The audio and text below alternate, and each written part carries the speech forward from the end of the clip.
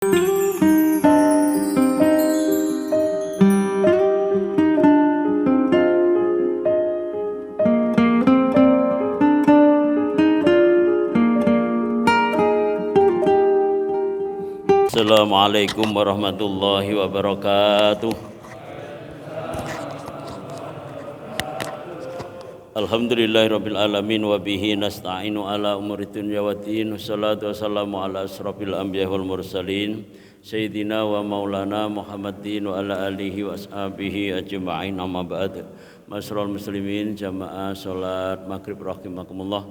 Mari tidak henti-hentinya kita panjatkan puja dan puji syukur kehadirat Allah Subhanahu wa taala, bahwasanya kita semua masih diberi nikmat Allah, nikmat umur panjang, nikmat sehat, lebih-lebih nikmat iman wal Islam, sehingga dengan kenikmatan itu bisa kita pergunakan untuk menjalankan sholat maghrib secara berjamaah, dan sekaligus kita bisa hadir di majelis ilmu pada kesempatan malam hari ini. Mudah-mudahan semua amal ibadah kita mendapatkan berkah ridha dari Allah Subhanahu wa taala. Amin. Allahumma amin. Salawat serta salam kita sanjungkan kepada junjungan Nabi Allah, Nabi Agung Muhammad sallallahu alaihi wasallam. Bi qouli Allahumma shalli ala sayyidina Muhammad wa ala ali sayyidina Muhammad. Mudah-mudahan kita semuanya benar-benar diakui sebagai umatnya yang akan mendapatkan syafaatnya besok di yaumul akhir. Amin. Allahumma amin. Bapak Ibu hadirin hadirat rahimakumullah, alhamdulillah kita masih bersama dengan guru kita, beliau Al-Mukarram Bapak Kiai Haji Muhammad Arif Rahman LCMA, yang pada kesempatan malam hari ini melanjutkan kajian tentang 3 perkara yang tidak pantas dilakukan. Untuk menyingkat waktu, mari kita buka dengan bacaan umul kitab bi barakati Al-Fatihah. A'udzu billahi minasy syaithanir rajim. Bismillahirrahmanirrahim. Alhamdulillahi rabbil alamin. Ar-Rahmanir-Rahim, Maliki yaumiddin. Iyyaka na'budu wa iyyaka nasta'in. Ihdinas siratal mustaqim, siratal ladzina an'amta 'alaihim ghairil maghdubi 'alaihim waladdallin. Rabbi firli wa liwalidayya wa lil mu'minina amin. Assalamualaikum warahmatullahi wabarakatuh. Waalaikumsalam warahmatullahi wabarakatuh. Alhamdulillahi rabbil alamin, wa bihi nasta'inu ala umurid dunya waddin, wassalatu wassalamu ala ashrafil anbiya'i wal mursalin wa ala alihi wa ashabihi ajma'in. Qala Allah Ta'ala fil Qur'anil Karim, a'udzu billahi minasyaitonir rajim. Ya ayyuhalladzina amanu taqullaha haqqa tuqatih wa la tamutunna illa wa antum muslimun, amma ba'd. Bapak-bapak, ibu-ibu yang dirahmati Allah, alhamdulillah atas izin dari Allah Subhanahu wa taala kita berada di rumah Allah ini, kita berada di masjid yang kita cintai, Masjid Istiqomah. Semoga kita juga termasuk dari orang-orang yang diberikan istiqomah di dalam menjalankan agama Islam ini. Amin. Kemudian salawat dan salam marilah kita sampaikan pada Nabi kita Muhammad sallallahu alaihi wasallam, kepada para sahabat dan keluarganya dan juga pengikutnya yang senantiasa setia dalam menjalankan sunnah-sunnahnya di dalam kehidupan. Bapak Ibu yang dirahmati Allah, pada kesempatan malam hari ini kita masih melanjutkan tentang 3 perkara yang tidak pantas untuk dilakukan. Kita baca hadisnya terlebih dahulu. Bismillahirrahmanirrahim. An Thauban radhiyallahu anhu qala qala Rasulullah sallallahu alaihi wasallam, thalathun la yahillu li ahadin ay yaf'alahunna, la ya'ummu rajulun qauman fayakhussu nafsahu bid-du'a'i dunahum, fa in fa'ala faqad khanahum, wala yanzuru fi qa'ri baitin qabla ay yasta'dzina fa in fa'ala faqad dakhala wala yusalli wa huwa haqinun hatta yatakhaffafa. Artinya hadis ini diriwayatkan dari sahabat Thauban radhiyallahu anhu. Beliau berkata, Rasulullah sallallahu alaihi wasallam bersabda, 3 perkara yang tidak pantas seseorang pun melakukannya. Yang pertama, tidak boleh seseorang atau seorang laki-laki mengimami suatu kaum kemudian mengkhususkan dirinya dalam berdoa tanpa menyertakan mereka. Jika ia melakukannya, berarti ia telah mengkhianati mereka. Yang kedua, tidak boleh ia atau seseorang melihat ke dalam rumah seseorang sebelum ia minta izin. Apabila ia melakukannya, berarti ia telah memasuki rumahnya, rumah yang didatangi tadi. Dan yang ketiga, tidak boleh ia melaksanakan sholat dalam keadaan menahan, yaitu menahan buang air kecil maupun buang air besar, hingga ia meringankannya. Hadis riwayat Abu Dawud. Bapak Ibu yang dirahmati Allah, dalam sabdanya ini Rasulullah SAW menyampaikan kepada kita 3 hal yang tidak halal untuk dilakukan. La yahillu itu tidak halal atau tidak boleh atau tidak pantas. Dan ini banyak terkait dengan adab. Jadi kalau ditanya masalah hukumnya ya boleh-boleh saja. Tapi ini tentang kehalusan budi, tentang kehalusan perilaku, baik dengan sesama maupun dengan Allah Subhanahu wa taala. Dengan sesama ditunjukkan dalam berdoa bersama-sama, kemudian dalam melaksanakan atau ketika bertamu itu adab dengan orang lain, dan adab dengan Allah Subhanahu wa taala yaitu ketika sholat. Ya bolehnya boleh. Nah, nanti kita bahas. Yang pertama adalah Rasulullah SAW menyampaikan 3 perkara yang tidak pantas dilakukan itu. La ya'ummu rajulun qauman. Tidaklah seseorang itu mengimami atau menjadi imam, menjadi pemimpin bagi suatu kaum. Jadi menjadi imam, menjadi pemimpin bagi suatu kaum, kemudian ketika dia berdoa, fayakhussu nafsahu bid-du'ai dunahum. Kemudian ketika dia berdoa mengkhususkan untuk dirinya sendiri, tidak menyertakan jamaahnya.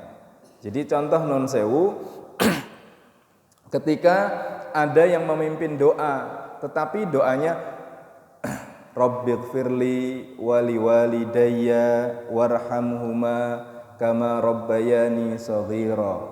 Nah, saya kan berdoa misalnya, ya Allah, ya Tuhanku, ampunilah aku dosa kedua orang tuaku. Kan ku semua. Jamaahnya memang mengaminkan. Dan mengaminkan itu sebenarnya juga untuk diri kita juga. Tetapi dalam konteks kebahasaan, dia tidak berdoa untuk orang lain, tapi dia berdoa untuk dirinya sendiri. Misalnya Allahumma barikli, ya Allah berkahilah aku. Jamaahnya amin. Kan gitu, Pak. Nah, gitu. Kemudian kalau di sini saya contohkan Allahumma inni as'aluka ridhaka wal jannah. Ya Allah, berikanlah kepada aku mohon kepadamu ridhomu dan surga. Jamaahnya amin. Yang dapat surga siapa? Yang imamnya, yang memimpin nggih. Nah, kan atau kemudian dengan doa yang lain.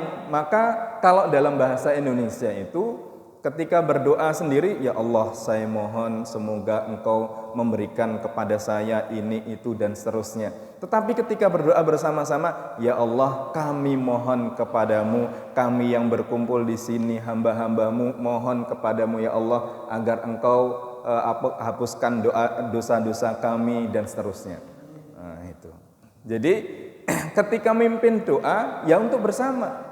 Uang sudah diangkat jadi untuk mimpin doa, malah doanya untuk dirinya sendiri. Kecuali non sewu Bapak Ibu yang dirahmati Allah, karena memang tidak tahu. Jadi kecuali memang tidak tahu, maka dalam kondisi apapun tidak tahu itu menguntungkan.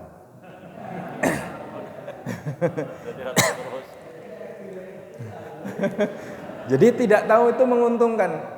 Ketika kemudian kita melakukan sesuatu kemudian ditegur, saya tidak tahu, selesai Pak urusannya.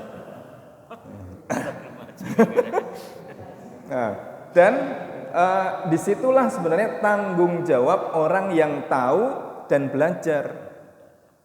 Akhirnya mungkin kita ngomong, malah kemudian kita jadi alasan, wah daripada tahu mending nggak tahu. Padahal memang Bapak Ibu yang dirahmati Allah, itu alasan ketidaktahuan. Tetapi Allah Subhanahu wa taala menghargai orang yang tahu. Allah menghargai orang yang tahu, Allah menghargai orang yang berilmu. Siapapun kita tambah ilmu kita itu dihargai betul oleh Allah Subhanahu wa taala. Di dalam Al-Qur'an Allah sampaikan, yarfa'illahu alladhina amanu walladzina utul ilma darajat. Allah mengangkat derajat orang-orang yang beriman dan orang-orang yang berilmu, sekian derajat. Siapapun kita diangkat kita oleh Allah Subhanahu wa taala. Dan tentunya ketika kita beribadah atas dasar ilmu itu nilainya berbeda. Sama-sama beribadahnya, tetapi ini saya kalau melakukan ini saya mendapatkan keutamaan seperti ini, saya melakukan seperti ini karena ada dasarnya Rasulullah melakukan seperti itu berbeda. Seperti itu. Sama seperti ibu-ibu masak, asal masak, yang penting semua dimasukkan kan rasanya sama. Padahal kalau tahu takarannya, walaupun hasil akhirnya itu kemudian semua kemakan, tetapi sebenarnya ada rasa yang berbeda kan gitu. Nah ini disitulah pentingnya sebuah ilmu. Nah di sini ketika berdoa juga sama. Maka ketika kita sholat, sebenarnya banyak doa itu untuk diri kita. Doa untuk diri kita. Ketika doa ruku, doa sujud, subhana rabbiyal azim, subhana rabbiyal a'la, maha suci Rabbi, Robku yang maha agung, Robku yang maha tinggi. Atau ketika berdoa di antara dua sujud, Rabbighfirli warhamni, kan untukku semua. Nah, itu wajburni wahdini, nah, kan saya semua. Tetapi ketika doa kunut berbeda. Kan itu kan kalau kita doa sedang ruku, sujud, itu kan kita dengar kita untuk kita sendiri. Tapi begitu kemudian ini dalam sholat ketika doa kunut kan didengarkan oleh makmum. Imam tidak boleh Allahumma hdini fi man hadait, nggak bisa. Maka Allahumma hdina fi man hadait wa afina fi man afait wa tawallana fi man tawallait dan seterusnya. Kan gitu. Nah, apalagi kemudian doa setelah sholat atau doa bersama. Nah, maka Rasulullah SAW menyampaikan kalau ada yang melakukan seperti itu syaratnya tahu ya. Kalau nggak tahu nggak kita bahas di sini. Nah itu. Kalau kemudian ada yang seperti itu kata Nabi, fa in fa'ala dzalika, siapa yang melakukan seperti itu faqad khanahum, maka sungguh dia telah mengkhianati jamaahnya. Wong sudah diangkat kok doanya untuk dirinya sendiri. Egois. Nah, egois. Dan ini kalau kita kembangkan lebih lanjut, siapapun yang diangkat menjadi pemimpin, kalau dia mikir dirinya sendiri, pada hakikatnya telah mengkhianati orang yang memimpinnya, itu yang dipimpinnya. Nah, seperti itu. Ini kalau pemahaman secara lebih luas seperti itu. Ini yang pertama. Kemudian yang kedua yang tidak pantas dilakukan, ini adab bertamu. Adab bertamu.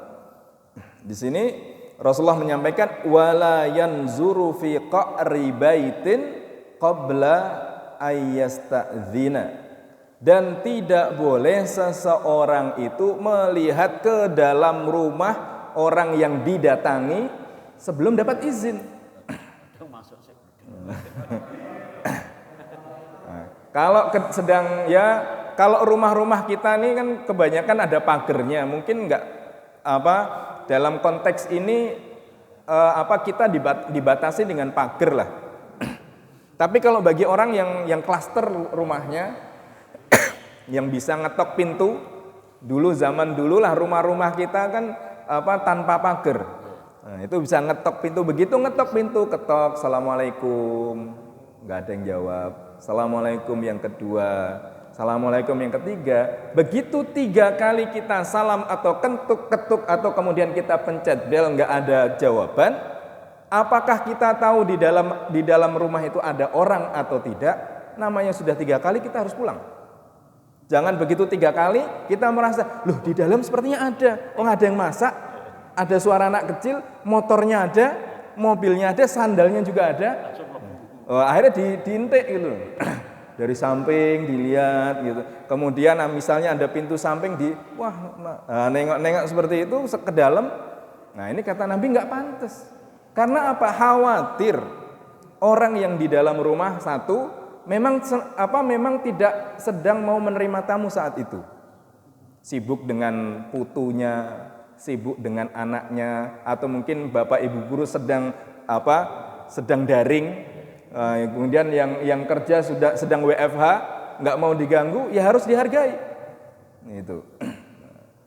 Nah, kita harus banyak berhusnuzon dalam hal ini. Oh, mungkin di dalam sedang ini, sedang itu, dan seterusnya. Bukan kemudian begitu nggak dibuka kita keluar. Tadi saya ke rumah Pak ini, saya tahu ada di dalam rumah, tapi nggak dibukain. Mungkin gini-gini, wah malah suuzon.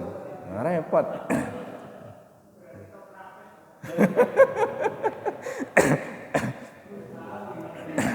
Jadi itu sebabnya itu. Yang kedua, ketika kita nengok ke dalam itu, khawatir yang di dalam rumah itu sebenarnya pingin keluar tapi mungkin waktunya lama dan sedang siap-siap. Di dalam rumah sedang ligo, sedang nggak pakai ini panas, karena panas itu ada ketok pintu. Nah, kalau panjangnya sudah ngelihat duluan itu nanti, wah Pak tadi ini ya kepanasan ya, nah, berarti kan ngelihat kita itu. Ya kalau yang kepanasan cuma bapak gitu. Kalau ada ibunya yang kepanasan juga kan kacau lagi Pak. Ini artinya tidak boleh melihat ke dalam. Jadi cukup ketok pintu. Kemudian ketika ngetok pintu itu sebenarnya juga adabnya tidak di depan pintu, tetapi di samping. Nah, kita di samping pintu ngetok, sehingga ketika dibuka nggak kaget. Ini pas di depan pintu gini, Pak. Begitu dibuka kaget yang dalam rumah. Wah, gede men. Nah, jadi seperti itu dari samping ketok pintu. Dan ketika ngetok pintu juga sewajarnya. Kalau ngebel ya cukup sekali. Apalagi bel yang assalamualaikum, pencet assalamualaikum. Jangan pencet teng tong assalamualaikum. Wah. Atau bel yang ting tong sampai wah ini kan baru sekali, tapi kan lama mencetnya. Jadi ting tong sampai semenit kan gitu. Wah, di dalam tuh semakin enggak mau membukain jenengan itu nanti. Nah, jadi sewajarnya. Ini orang lain yang bertamu. Orang sendiri di dalam rumah itu di antara adab, saya punya salah satu buku, beliau seorang sufi menulis tentang adab masuk rumah. Itu beliau mengatakan begini, ketika mau masuk rumah, sehendaknya penghuni rumah itu mempunyai ciri ketika mau masuk rumah. Misalnya apakah sandalnya diesrek-esrek, ataukah kemudian ngetoknya berbeda, agar orang yang di dalam rumah tahu, oh ini suami saya, oh ini istri saya, oh ini anak saya, seperti itu. Jadi kemudian ngetoknya juga pelan. Seandainya tidak dibukain ya jangan marah-marah. Ini ada kan mungkin Bapak Ibu sekalian pernah mendengar Rasulullah SAW itu ngetok pintu, sudah malam ngetok pintu. Ternyata Aisyah radhiyallahu anha, istri beliau, itu sedang tidur. Tidak mendengar Rasulullah ngetok pintu. Karena Nabi tidak ingin mengganggu yang di dalam rumah, akhirnya Rasulullah tidur di depan rumahnya. Nah, jadi tidur di depan rumah.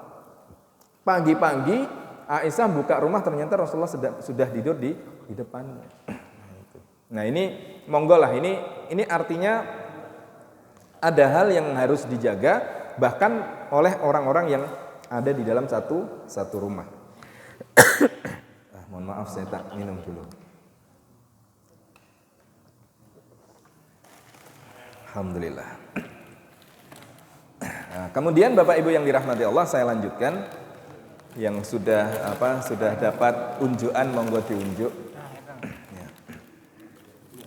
Nah, kemudian fa in fa'ala dzalika, jika dia melakukan seperti itu, nengok ke dalam rumah, meskipun belum masuk rumah, dikatakan oleh Nabi faqad dakhala, seakan-akan dia sudah masuk ke dalam rumah itu.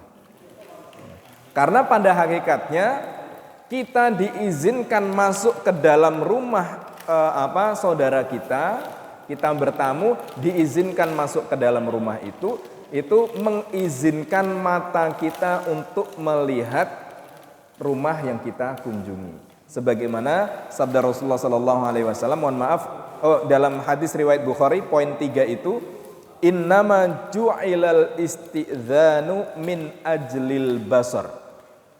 Sesungguhnya meminta izin atau dipersilahkan masuk itu terkait dengan pandangan.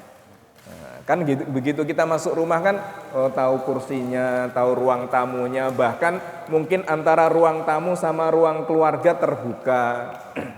Mungkin juga anak-anaknya yang saudara kita sedang di dalam situ, kemudian ada putunya dan lain sebagainya, kita melihat semua. Sampai-sampai Rasulullah menyampaikan kita diizinkan masuk rumah itu seakan-akan yang diizinkan adalah mata kita. Nah, maka ketika kita bertamu ya itu jangan lihat-lihat ke dalam rumah sebelum diizinkan. Ini adab dengan orang lain.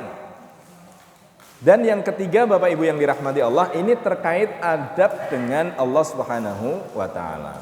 Rasulullah menyampaikan wala yusalli wa huwa hatinun. Dan jangan sholat ketika kamu atau ketika kita sedang menahan sesuatu. Kalau dalam syarah hadis ini banyak yang saya temui, hatinun itu menahan buang air kecil atau menahan buang air besar. Hatta yatakhaffaf, hingga dia meringankan atau menghilangkannya atau menyelesaikannya. Nah, itu adab dengan Allah. Kalau maka tadi saya sampaikan, kalau ditanya sah atau tidaknya sah. Sholat kita ketika sholat nggak kentut, nggak buang air, nggak buang ini, sah sholatnya. Tetapi sholat kita nggak khusyuk. Sholat sambil nahan pipis atau nahan buang angin itu, sholatnya berdirinya juga nggak khusyuk, Pak. Apalagi berharap imamnya itu bacanya cepat. Nah, biasanya imamnya ini biasanya yang dibaca paling surat pendek. Begitu waladhdallin amin sabbihisma rabbikal a'la. Wah, itu berdirinya tuh semakin aduh.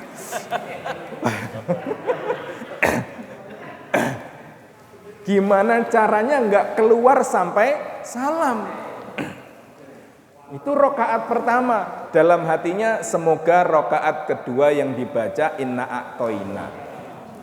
Ternyata yang dibaca al-ghasyiyah. Hal ataka hadithul ghasyiyah. Wah, itu tambah ngempetnya luar biasa. Begitu salam, assalamualaikum, wah langsung lari.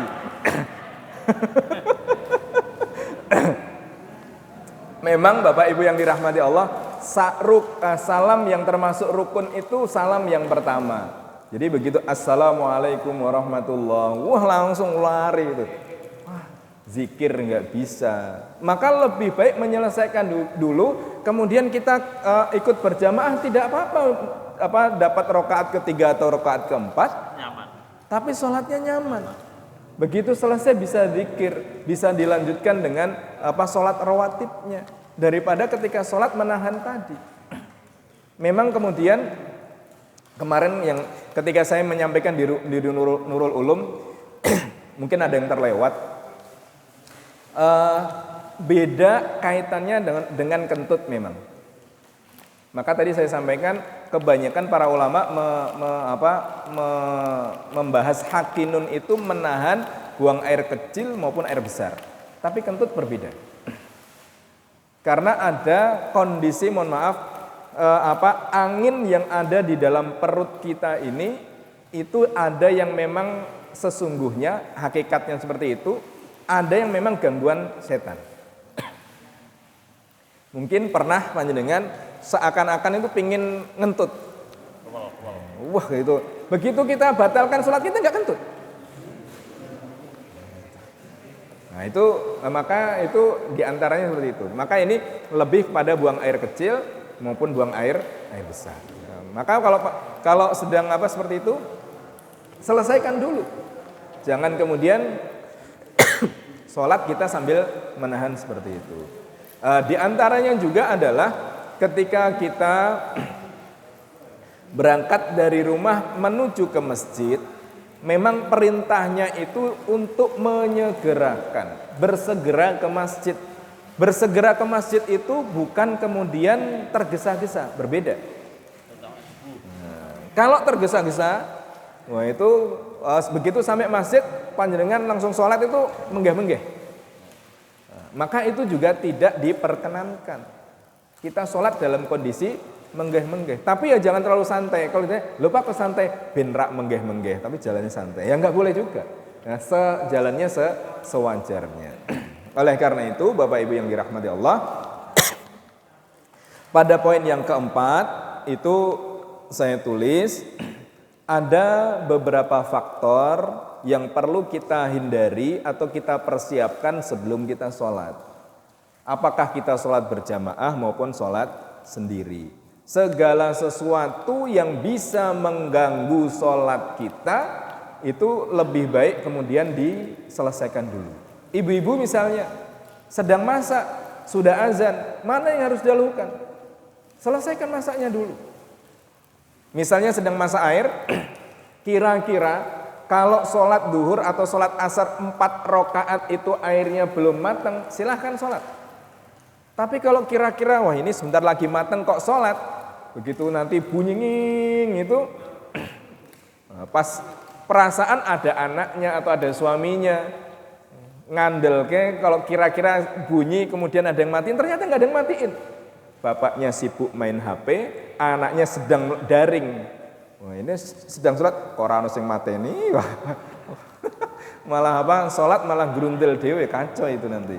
Sedang masak atau kemudian punya anak, nah ini dipersiapkan sehingga tidak mengganggu pelaksanaan sholat kita. Sama seperti mungkin beberapa kali kami sampaikan, hal-hal yang mengganggu diri kita maupun orang lain ketika kita sholat berjamaah itu juga harus dihindari, ya bau mulut, kemudian segala sesuatu yang bisa mengganggu lah. Nah, ini mungkin pengembangan dari ini, bahwasanya ketika kita sholat kita meminimalisir segala sesuatu yang bisa mengganggu pelaksanaan sholat kita. Bapak Ibu yang dirahmati Allah, saya rasa ini yang dapat kami sampaikan 3 hal. Semoga sedikit-sedikit ini bisa memberikan perbaikan di dalam kita bermuamalah dengan orang lain maupun dengan Allah Subhanahu wa taala. Wallahu a'lam.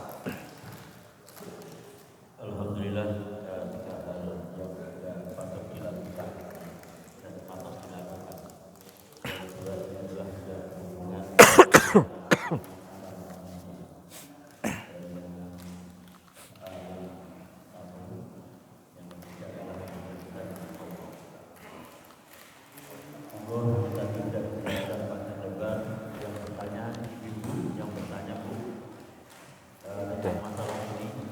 Ibu ada.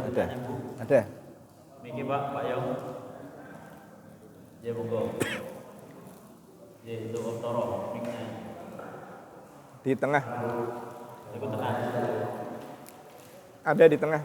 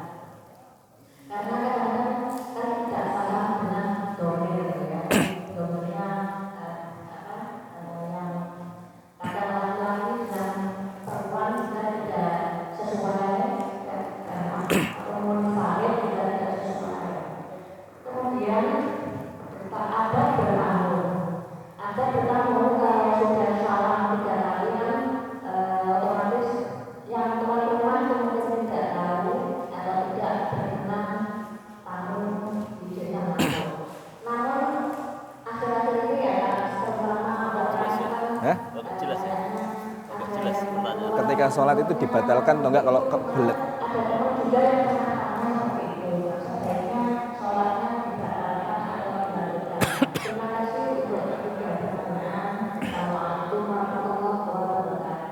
Assalamualaikum. Matur suwun. Sekali bertanya ada 3 pertanyaan. Ya, pertanyaan pertama saya rasa tadi sebagian sudah kami jelaskan. Intinya kalau tidak tahu, kita sebagai jamaah yang tinggal mengaminkan.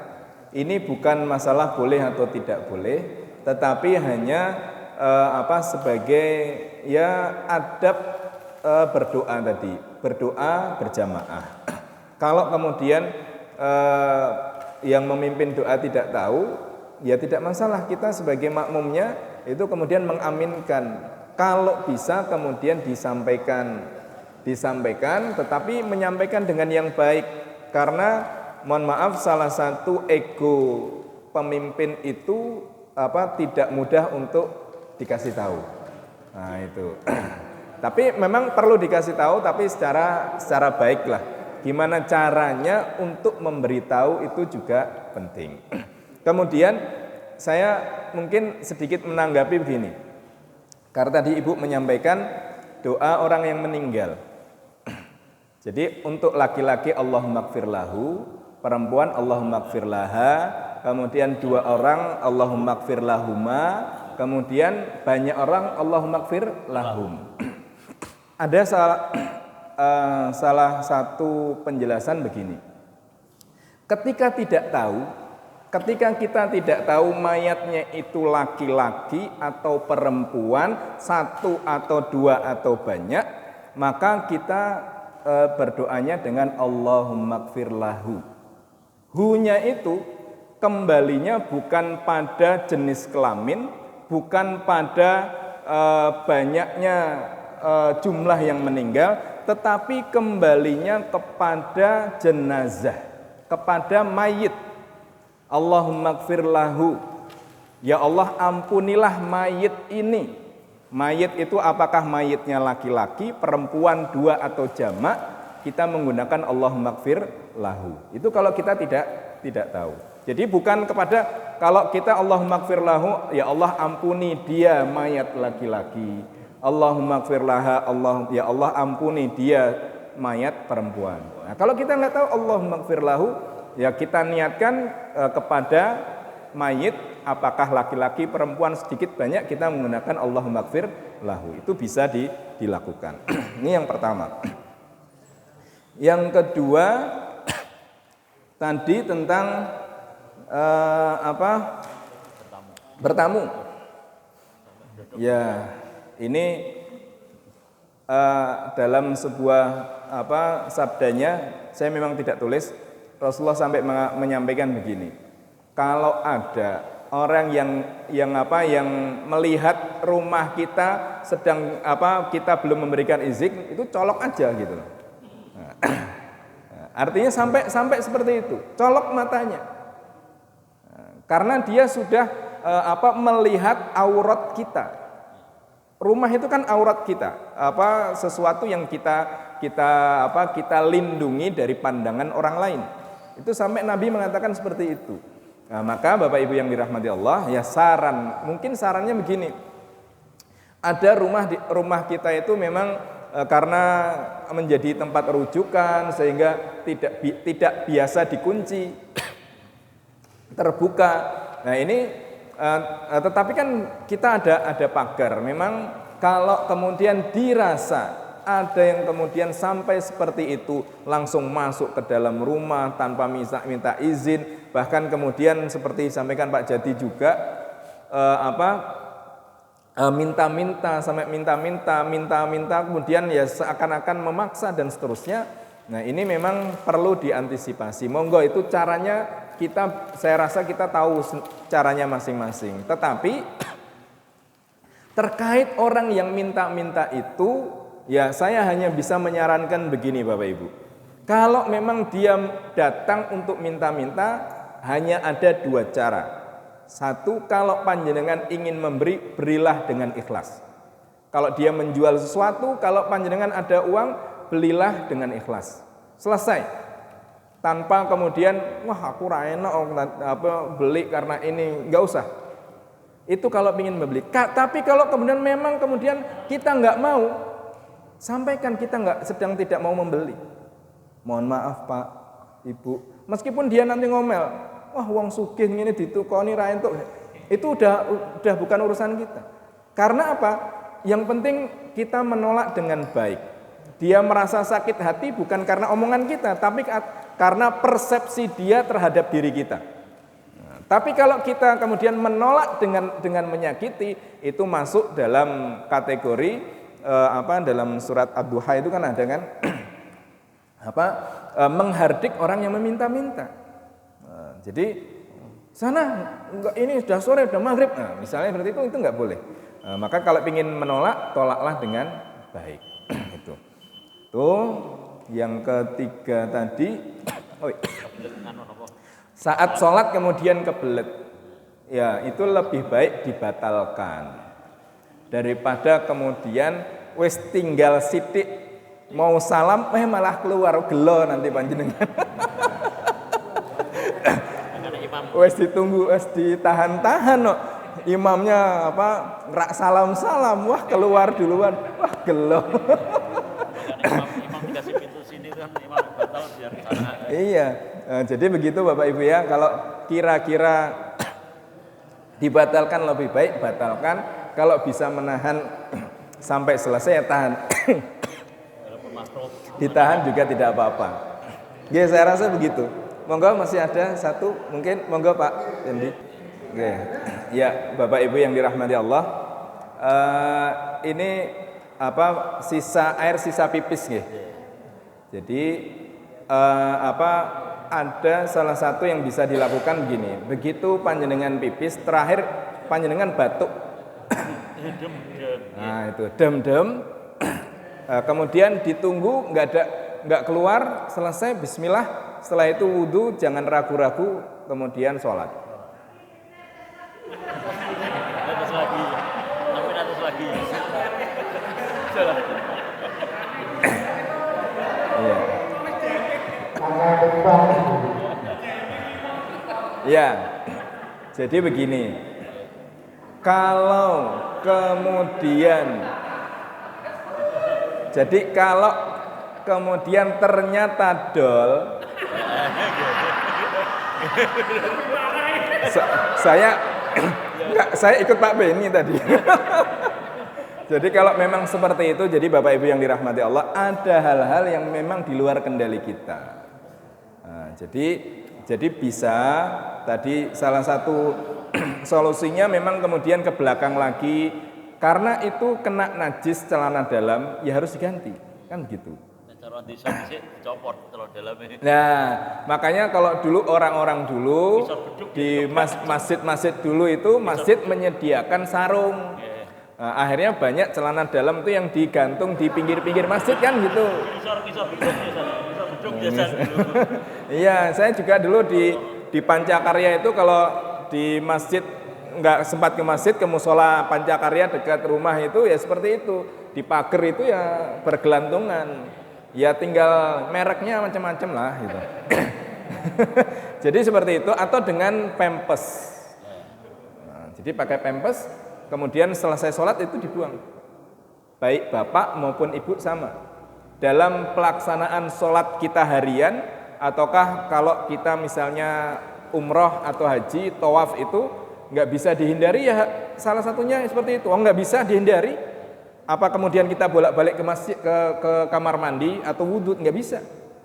Nah, maka dalam kondisi seperti itu, apa kita sudah maksimal laksanakan sholat seperti biasa. Ini bahkan saya ada cerita, ada jamaah saya itu bukan air kecil ya. Beliau itu nggak bisa nahan buang angin, nggak bisa sama sekali.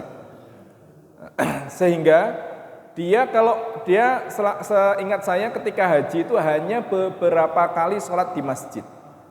Karena begitu wudhu masuk masjid udah kentut.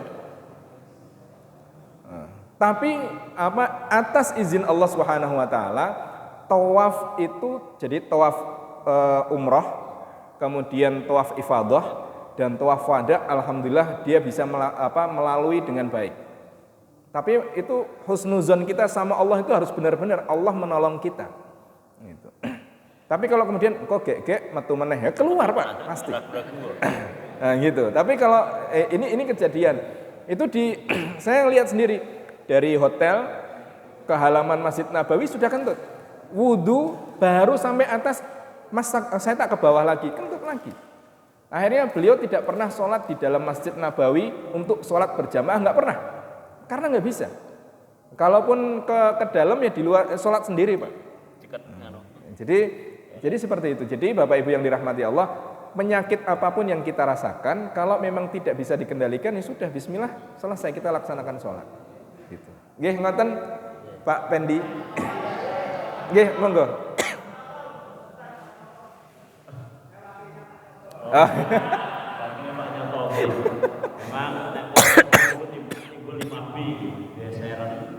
Buyutan, bengong, budek, terus apa?